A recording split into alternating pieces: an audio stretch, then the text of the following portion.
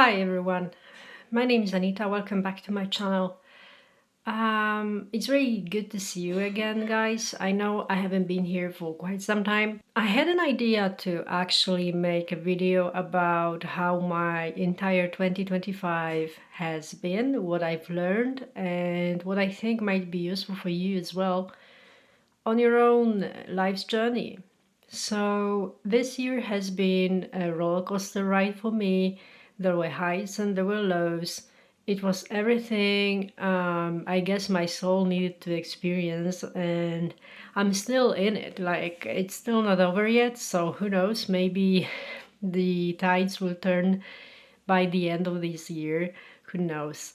So it started off pretty well. I was working a really good job with very good salary. I was quite satisfied when it comes to money wise, not so much when it comes to what I was doing there, because I always felt that I'm called to do something more than just work for money. It started off pretty well financially wise, and I was able to kind of make one of my dreams come true. It was the first time ever I could afford going to Cancun and seeing Dr. Joe live with my friends. It was really awesome experience. I've experienced some mystical things going on there. I mean, it always happens, but this time it was more about being more in the present moment and tuning in to the peaceful energy. I think on few occasions on that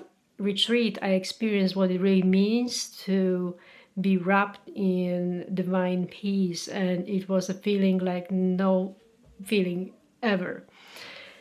Anyway, going there actually taught me something that stayed with me even until now. I realized that I've been giving my power away to those events.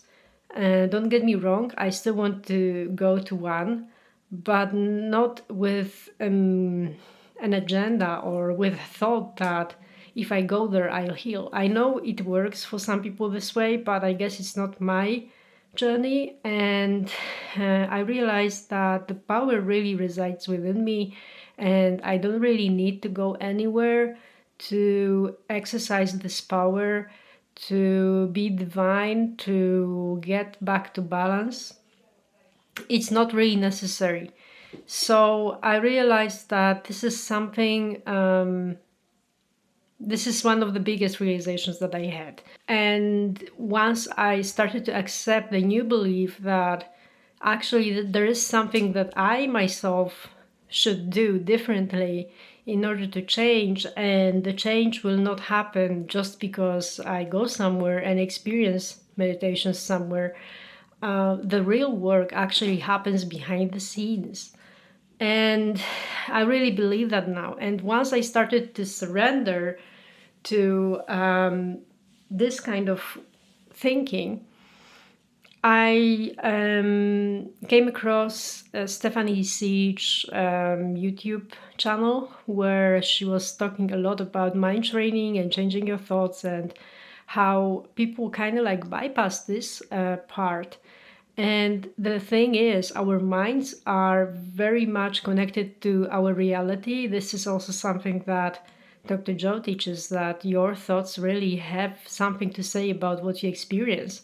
So if you think the same thoughts over and over again, you create attitudes, and those attitudes, if you string them together, they create personal, like personality, and personality creates your personal reality.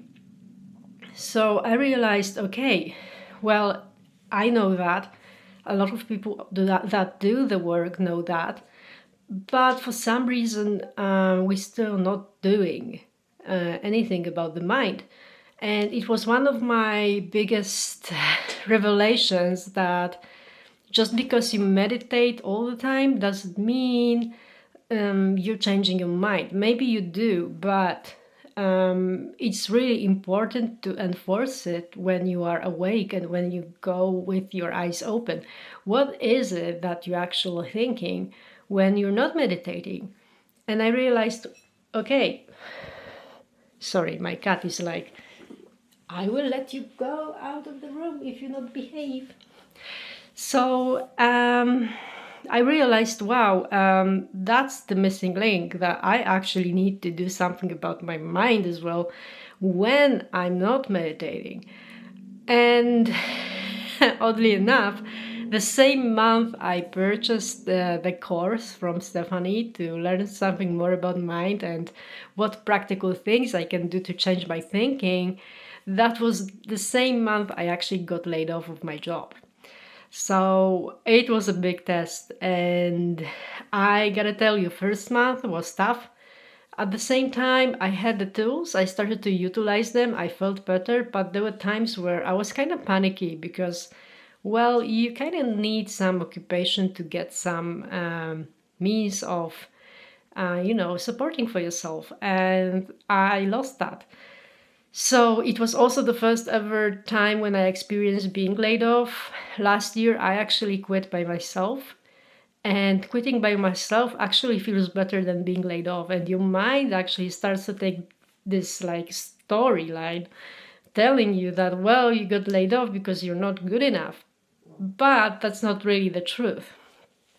So that was one of additional challenges that I was given when I started to do the mind training course from Stephanie. However, now looking back, even though it's my 4th month of not being employed anywhere, I actually realized that in a way it was in my best benefit because I was given this free time to focus more on what's important, and what's important is what my mind is doing. So observing it and changing the thoughts patterns that have been there for years, and I didn't have the mental space to do it otherwise. So I'm reviewing her content, I'm reviewing Dr. Joe Dispenza's content, I'm actually experimenting more with meditations, but not with an attitude that you better do it right this time and heal in that one meditation, which is actually ego that was basically hijacking the whole process. And I started to realize that this is not a linear process. It's never been a linear process, and it never will be. And there will be days where you feel great when you do the mind training and you change your thoughts and you observe them. And there will be days when you go totally unconscious and you no longer kind of like remember the things that you've learned before. So that's why you have to revisit the information and learn over and over again what you've been learning up until now.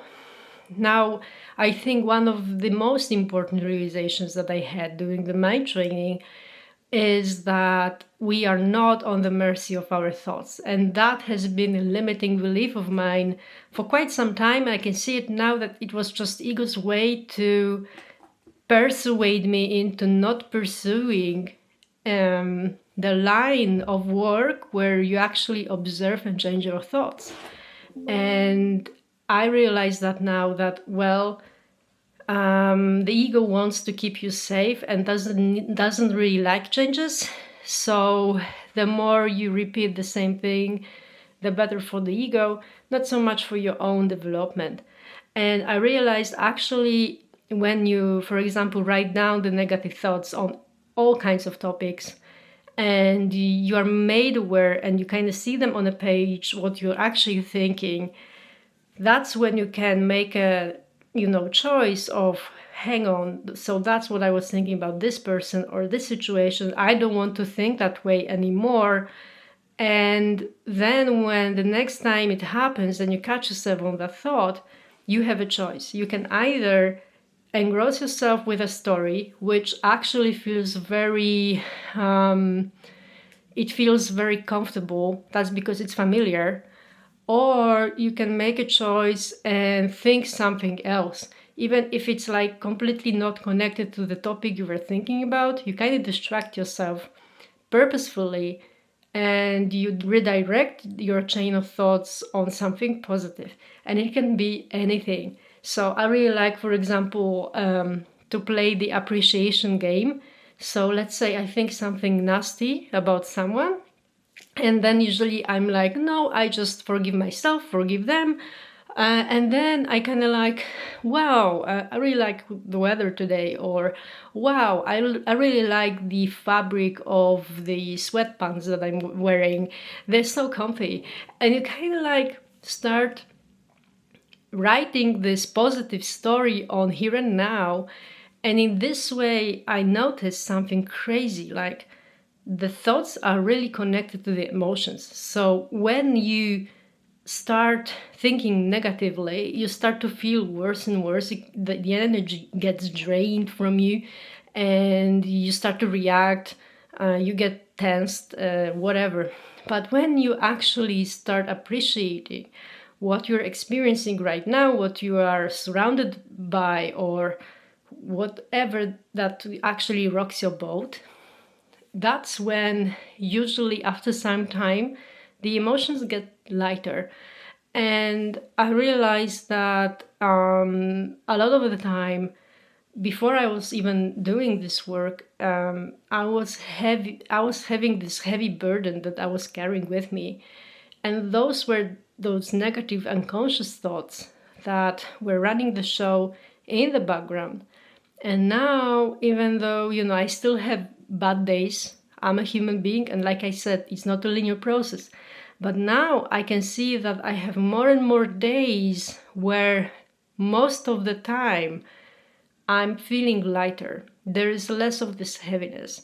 And I don't think it's because I meditate every day. I've been meditating for years and I didn't experience this. I think this is mostly correlated with the mind training that I've been doing from Stephanie. And I really recommend her work. Sometimes I will maybe tell a few more things about what we are doing, but her approach is very practical and easy to follow.